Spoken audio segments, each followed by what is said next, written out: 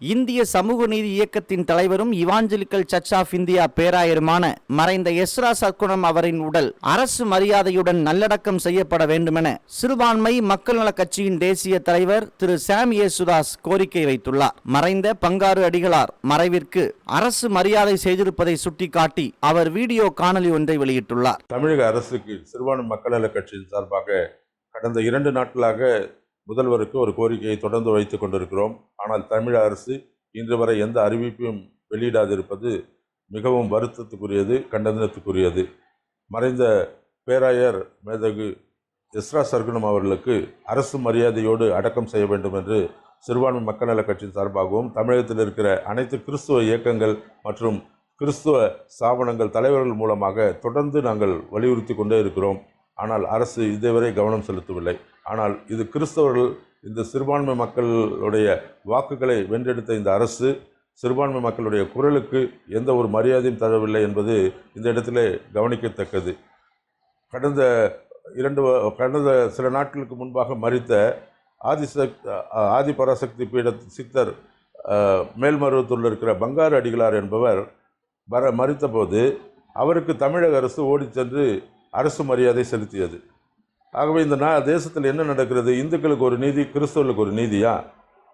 அருமையான பேராயர் எஸ்ரா சர்க்குணம் அவர்கள் கிறிஸ்தவருடைய அனைத்து வாக்குகளையும் இந்த திராவிட முன்னேற்ற கழகத்துக்காக பாடுபட்டு கடந்த 35 வருடங்களுக்கு மேலாக திமுக அரசோடு நிலை நின்று அவர் எல்லா காரியங்களும் செய்திருக்கிற இந்த அரசுக்கு அவர் ஆற்றிருக்கிற அளப்பரியாத காரியத்தை தமிழக அரசும் இந்த நேரத்தில் திராவிட முன்னேற்ற கழகத்துடைய தலைவருமாக இருக்கிற மதிப்புக்குரிய முதலமைச்சர் மு.க. ஸ்டாலின் அவர்கள் உடனடியாக இதை கருத்தில் கொள்ள வேண்டும் என்பதை ஒரு அவசர செய்தியாக சொல்கிறேன்.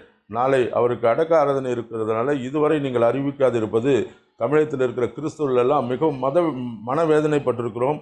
பல கிறிஸ்துவ ஸ்தாபனங்கள், நிறுவனங்கள் எல்லாம் ஏன் இந்த அரசு இப்படி செய்கிறது? இவர்கள் கிறிஸ்துவர்களுக்கு பாதுகாப்பாக இருப்போம் என்று சொன்னார்கள் அல்லவா? இவர்களை நம்பித்தானே நாம் இவர்களுக்கு வாக்களித்தோம் என்ற ஒரு கொதிப்பான நிலையில் இருக்கிறார்கள். இது இப்படியே போகும் என்றால் வருகிற தேர்தலிலே இது மிகப்பெரிய ஒரு பாதிப்பை இந்த திராவிட முன்னேற்ற கழகத்துக்கு கொடுக்கும் என்பதை நான் ஒரு எச்சரிக்கையாக சொல்லிக்கொண்டு, எப்படி ஒரு பங்காரு அடிகளுக்கு அரசு மரியாதையோடு ஒரு அடக்கம் செய்தார்களோ அப்படி மதிப்புக்குரிய பேராயர் எஸ்ரா சர்க்குணம் அவர்களையும் அரசு மரியாதை செலுத்தி அரசு மரியாதையோடு அவரை அடக்கம் செய்ய வேண்டும் என்பதை மறுபடியாக நாங்கள் வலியுறுத்தி கேட்கிறோம். இந்த அரசினுடைய கடமை அது.